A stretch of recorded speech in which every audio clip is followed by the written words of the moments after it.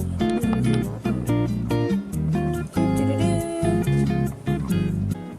Another question like asked so much. How do I know Japanese? How do I speak Japanese? The most simple answer I can give you is I live in Japan, basically.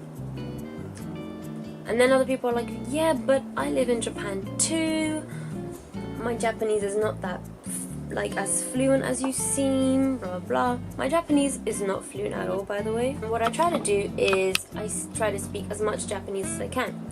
Either that being with my boyfriend, so definitely after I met my boyfriend, I really got a lot better in Japanese because he didn't speak much English, and then like we would teach each other words all the time. So, I mean, and I'm always a curious kind of person. I'm always like, oh, how do you say this, like, in Japanese? Or I would always use my phone. There's an application called Japanese. There's an application. There we go. Whoa, is it gonna show? Is it gonna show? Hold on. Let me try this way.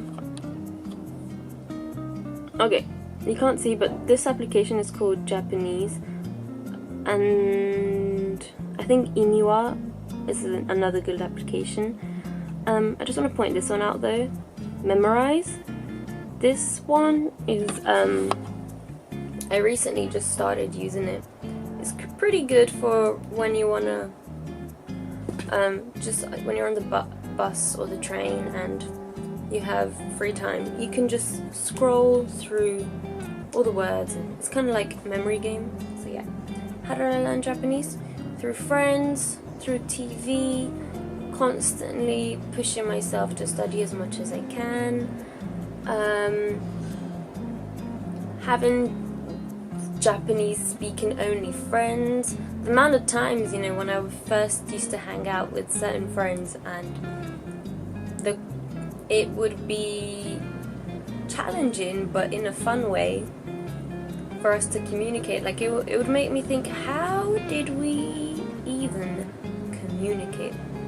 And that actually, even with my like boyfriend, we're just like, how did we communicate? Like, and it's by like just challenging yourself, always trying to learn.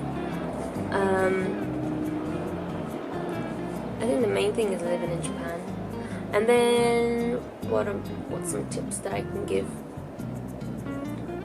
Hang out with Japanese speaking friends, which is difficult because when you meet people, especially here, they want to speak English to you and you're just like, please, I'm here to learn. If you want to speak English, go abroad, kind of thing. But you can do a trade, you know. Like sometimes I'm like, hey, yeah, I'll teach you some English, you know, you just teach me Japanese. What you can do as well is when you message your friends, and this is what I did for a while as well. When you message your friends, you write in English and you write in Japanese, and then, you know, they do the same thing, and sometimes, you know, you can correct each other, like, hey, you know, you always do this particular thing, which is not 100% correct, but if you want to be more fluent, you can do this, and I think that kind of stuff helps. I read a lot of books as well, so as in like kids books. Let me just get some to show you. I'm back. Okay. Of course you can follow textbooks, by the way, but they get a little bit boring, and I personally don't. I think Genki, the book Genki, I think it's called Genki, that's pretty good. They speak a lot about grammar. That's interesting. I think if you want to actually be pretty good in Japanese, you should get a grammar book instead of a textbook that's just going to teach you how to say like konnichiwa and that kind of stuff. After I like started to pick up words and my Japanese was like basic, I started getting like these books. These books are the Doraemon books. Doraemon is this cute little cat here, which I used to watch when I was a kid, and that's why if you always see me, like, I'm obsessed with Doraemon. It's my favorite. Basically, these are kids' books that for Japanese kids, and the whole book, it's a little bit annoying because it is all in hiragana, which is one of the Japanese alphabets. Sorry if I'm saying that, but I don't know. Some people are just starting Japanese. There's 3 alphabets, by the way. This helped me. This one in particular is really good. It's can you do things by yourself kind of stuff, and basically it just talks about everything from being able to put clothes on, like dressing yourself in the morning, brushing your teeth, rolling your sleeves. Like, you probably think like, what? But hontoni, I mean, really, this is really good just for that basic everyday Japanese that you need to know. So that was good. This one explains like Japanese words, how to use them. I started reading this, like, you know, it says like atama, everything to do with head, and it like teaches you different ways how to express like stuff related to your head. So these are all I have like 4 of them. The next one is kanji, which I haven't actually started reading it because I kind of like got a bit lazy. I think the hardest one was the Japanese history, which is pretty cool, but there's a lot of kanji, and but it's interesting, it's good. So, Doraemon books.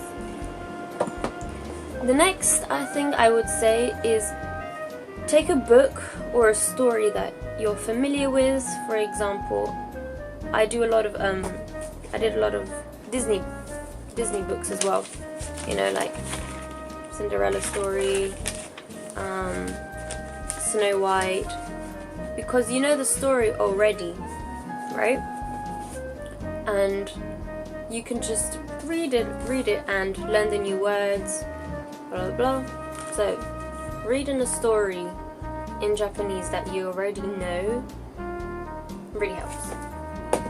That being said, I also got The Little Prince, but I haven't. This is more of a kind of deeper Japanese. Some words don't have the furigana. Furigana is like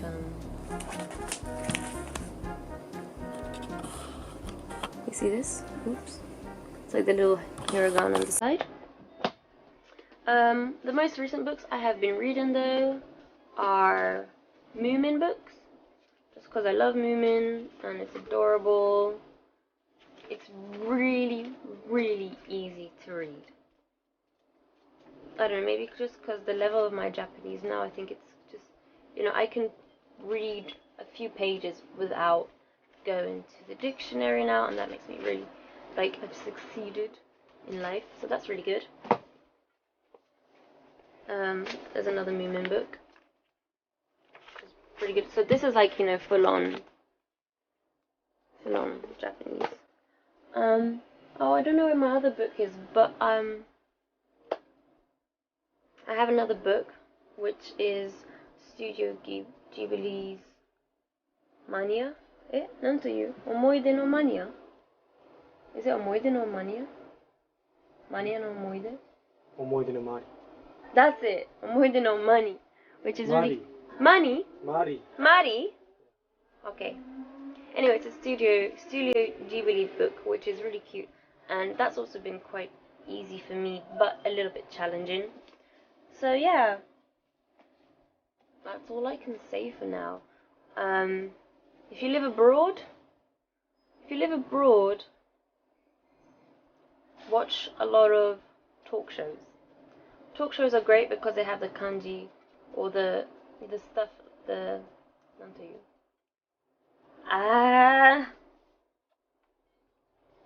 subtitles. So talk shows are really good as well if you live abroad or if you're in Japan. I watch a load of those sometimes. Well, I used to watch a load of those every night, but recently I've been watching like dramas in English. But I watch those a lot, and they've got like the subtitles. That really helps. What else? I think mainly the reason my Japanese just went like choo is because I've been living here. I've been using it every single day. Um, Even my brain now is kind of getting used to just speaking in Japanese. Um, so now I would say mostly I speak, Japanese English and Portuguese sometimes.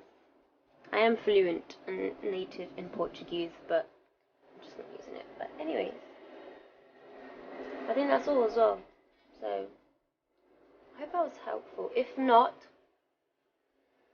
I will make a specific blog post for you guys. But I think that's it. Thanks for watching.